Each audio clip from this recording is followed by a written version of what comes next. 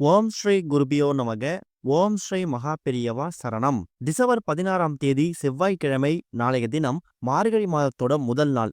இந்த நாள்ல இந்த ஒரு தானியத்துக்கு மேல தீபத்தை வைத்து, அப்படி எரியக்கூடிய தீபத்துல இந்த பொருட்களை கலந்து ஒரே ஒரு தீபத்தை உங்க வீட்டுல ஏற்றி வைத்தாலே போதும். மாதம் முழுக்க பணம் வரும். கூடிய சீக்கிரம் நல்ல செய்தி தேடி வரும். அது என்ன தீபம், அந்த தீபத்தை எப்ப ஏத்தணும்னு பாக்குறதுக்கு முன்னாடி நம்மளோட வீடியோஸை இப்போதான் நீங்க ஃபர்ஸ்ட் டைம் பாக்குறீங்கன்னா மறக்காம சப்ஸ்கிரைப் பண்ணிக்கோங்க. தொடர்ந்து இது மாதிரி அப்டேட் தெரிஞ்சுக்கிறதுக்கு பக்கத்துல நோட்டிபிகேஷன் பெல்ல கிளிக் பண்ணி ஆல் அப்படிங்க செலக்ட் பண்ணிக்கோங்க.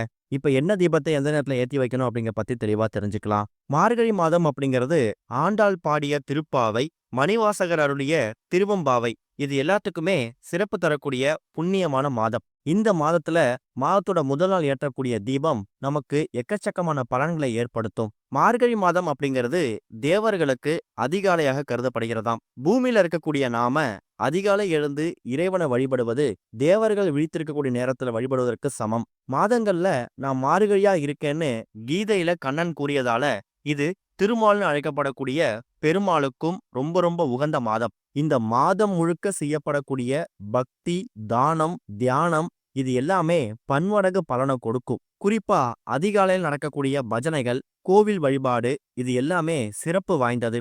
அப்படிப்பட்ட மாதத்தோட முதல் நாள் இருக்கு இல்லையா, அதாவது மார்கழி மாதத்தோட முதல் நாள் ரொம்ப விசேஷம். மார்கழி மாதத்தோட எல்லா நாட்களும் பிரம்ம முகூர்த்த வேலையில இருந்து நம்ம தீபம் ஏத்துறதால இந்த மாதம் முழுக்க நமக்கு நல்லது மட்டுமே நடக்கும். இருக்கக்கூடிய 12 தமிழ் மாதங்கள்ல தெய்வீக வழிபாட்டுக்கு அதிக முக்கியத்துவம் கொடுக்கக்கூடிய மாதமும் இந்த மார்கழி மாதம் தான். தை பிறந்தால் வழி பிறக்கும் அப்படின்னு ஒரு பழமொழி கேள்விப்பட்டிருப்பீங்க. அதாவது மார்கழி மாதம் முடிந்து பிறக்கக்கூடிய தை மாதத்துல நம்மளோட எல்லா விதமான கஷ்டங்களும் தேய்ந்து தீர்ந்து நல்லது மட்டுமே நடக்கணும் அப்படிங்கிறதுக்காக தான் தை பிறந்தால் வழி பிறக்கும்னு சொல்லுவாங்க.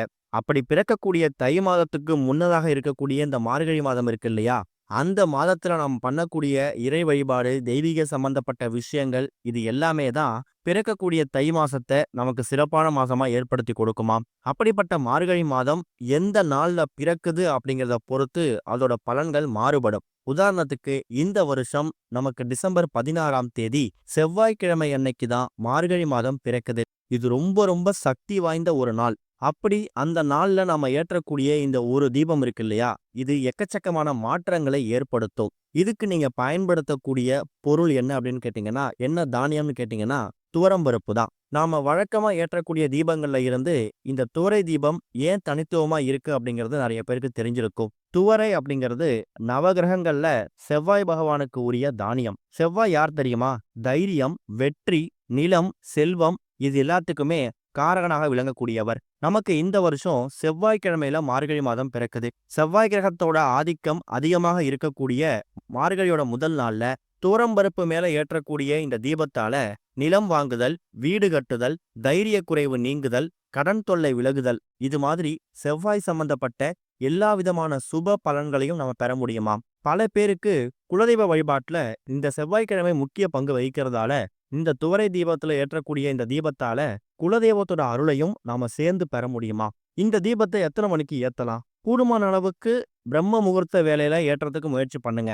அதாவது 12 மணி பிறந்துட்டாலே அது செவ்வாய்க்கிழமை, மறுநாள் மார்கழி 1 கணக்குல வந்துடும். பிரம்ம முகூர்த்த வேலைனா என்ன? அதிகாலை 4:30 மணில இருந்து 6 மணி. முடிஞ்சவங்க இந்த நேரத்துல மார்கழியோட முதல் நாள்ல இந்த தீபத்தை ஏற்றி வைக்கிறது விசேஷம். ஒருவேளை அதுக்கு உடல் ஒத்துழைக்கல, எங்களால காலை நேரத்துல பூஜை செய்ய முடியல அப்படிங்கிறவங்க அதை பத்தி கவலைப்படாம மாலை ஒரு 6-7 மணிக்கு மேல கூட இந்த தீபத்தை ஏற்றி வைக்கலாம். இந்த தீபத்தை ஏற்றி வைக்கிறதுக்கு உங்களுக்கு தேவையான பொருட்கள் ஒரே ஒரு மண் அகல் விளக்கு. கண்டிப்பான முறையில கார்த்திகை தீபம் முடிந்து எல்லார் வீடுகள்லயும் அகல் விளக்கு அப்படிங்கிறது இருக்கும். அடுத்ததா துவரம்பருப்பு. இந்த துவரம்பருப்பு அப்படிங்கிறது இந்த தீபத்தை மகிமையான தீபமா மாத்துறதுக்கான முக்கியமான ஒரு பொருள். அடுத்ததா நெய் தீபம் பயன்படுத்தலாம். அப்படி இல்லாதவங்க நீங்க தினமும் வீட்டுல பயன்படுத்தக்கூடிய தீப எண்ணெயும் பயன்படுத்திக்கலாம். அடுத்து ஒரு முக்கியமான ஒரு பொருள், ஒரே ஒரு சிறிய துண்டு அளவு இருக்கக்கூடிய பச்சை கற்பூரம். இந்த பச்சை கற்பூரம் அப்படிங்கிறது மகாவிஷ்ணுவுக்கும் மகாலட்சுமி தாயாருக்கும் ரொம்ப உகந்த ஒரு பொருள். நம்ம எல்லாருக்குமே தெரியும், இந்த மார்கழி மாதம் அப்படிங்கிறதே திருமால் பெருமாளுக்கு ரொம்ப உகந்த மாதம். திருமால் பெருமாள் யாரு? அவரும் மகாவிஷ்ணு தான். அவர் இருக்கக்கூடிய எந்த கோவிலுக்கு போனாலும் இந்த பச்சை கற்பூர வாசனைய நம்ம அதிகமா பார்க்க முடியும். காரணம், இந்த பச்சை கற்பூரம் இருக்கக்கூடிய வாசத்துல மகாலட்சுமி தாயாரும் மகாவிஷ்ணுவும் சேர்ந்து வாசம் செய்வாங்க. இன்னொரு பக்கம் தாந்திரிக ரீதியா இந்த பச்சை கற்பூரம் பணவரவை கவர்ந்து இழுக்கக்கூடிய சக்தி கொண்டது. அடுத்ததா ஏலக்காய் 1லிருந்து நீங்க 2 பயன்படுத்திக்கலாம். இது நறுமணத்தை கொடுக்கறது மட்டும் இல்லாம வீட்ல இருக்கக்கூடிய நேர்மறை ஆற்றலை அதிகப்படுத்தும், எதிர்மறை ஆற்றலை விரட்டி அடிக்கும். நேர்மறை ஆற்றல் அப்படிங்கிறது எந்த ரூபத்துல வேணாலும் இருக்கலாம். அது எல்லாத்தையும் அதிகப்படுத்தும் போது வீட்டுக்குள்ள கெட்ட சக்தி நெருங்கவே நெருங்காது. இன்னொரு பக்கம் பணவசியம், ஜனவசியம் இந்த 2த்துக்கும் பயன்படுத்தக்கூடிய முக்கியமான தாந்திரிக பொருளும் இந்த ஒரு ஏலக்காய் தான். அடுத்ததா ஒரே ஒரு திரி, அது பஞ்சு திரி. நீங்க தினமும் பயன்படுத்தக்கூடிய திரிய பயன்படுத்திக்கலாம். எடுத்து வைத்திருக்கக்கூடிய அந்த அகல் விளக்க கழுவி சுத்தப்படுத்தி முடிந்தால் மஞ்சள் குங்குமம் பொட்டு வைத்து நீங்க தயார் செஞ்சு வச்சுக்கணும். சின்னதா ஒரு தட்டு மேல ஒரே ஒரு கைப்பிடி அளவு துவரம்பருப்பை எடுத்து பரப்பி வச்சுட்டு அதுக்கு மேல நீங்க வைத்திருக்கக்கூடிய அகல் விளக்க வைத்து திரி போட்டு தீபம் போடணும். அப்படி நல்லெண்ணெய்யோ இல்ல நெய்யோ ஊற்றுறீங்கல்ல, அந்த அகல் விளக்கோட குழி பகுதி அதுல நீங்க எடுத்து வைத்திருக்கக்கூடிய அந்த ஒரே ஒரு துண்டு பச்சை கற்பூரத்தையும் 2, 3 துண்டு ஏலக்காயையும் அந்த எரியக்கூடிய நெய்யிலையோ இல்ல எண்ணெயிலையோ நீங்க போட்டு தீபம் ஏத்தணும். தீபம் ஏற்றக்கூடிய நேரம் முடிந்தால் மார்கழி மாதத்தோட முதல் நாள் வந்திருக்கக்கூடிய பிரம்ம முகூர்த்த வேலை. அதை தவறவிட்டவங்களுக்கு மாலை 6 மணிலேருந்து 7 மணி இந்த இடைப்பட்ட நேரத்தில் தீபத்தை ஏத்திக்கலாம். இந்த தீபத்தை எங்க ஏத்தணும்? உங்க வீட்டோட பூஜை அறையில ஏத்தி வைக்கணும். பூஜை அறை அப்படிங்கிறது நம்ம வீட்டுல முக்கியமான ஒரு இடம். எல்லா விதமான கெடுதல்கள் நீக்கக்கூடிய ஒரு இடம். அதனாலதான் பூஜை அறையில தீபத்தை ஏத்தி வைக்கிறீங்க. இந்த தீபத்தை ஏத்தி வச்சுட்டு முதல்ல மார்கழி மாதத்தோட முதல் நாளை வெற்றிகரமா ஆரம்பிக்கணும் அப்படிங்கிறதுக்காக முழுமுதற் கடவுளாக இருக்கக்கூடிய விநாயகரை மனசார பிரார்த்தனை பண்ணிக்கோங்க. அடுத்ததா செவ்வாய்க்கிழமை முருகனுக்கு ரொம்ப உகந்தது. முருகனையும் பிரார்த்தனை பண்ணிட்டு அதுக்கப்புறமா செவ்வாய் பகவானுக்கு இன்னொரு பெயர் அங்காரகன்னு சொல்லுவாங்க. ஓம் அங்காரகாய நமக அப்படிங்கிற மந்திரத்தை ஒரு முறை சொல்லுங்க.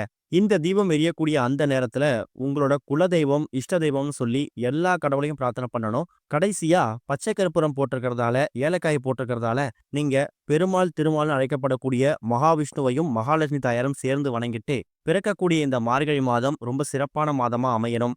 எல்லா விதமான கெடுதல்களும் நீங்கணும். மார்கழி முடிந்து பிறக்கக்கூடிய தை மாதத்துல நல்ல விஷயங்கள் நடக்கணும்னு பிரார்த்தனை பண்ணிக்கணும்.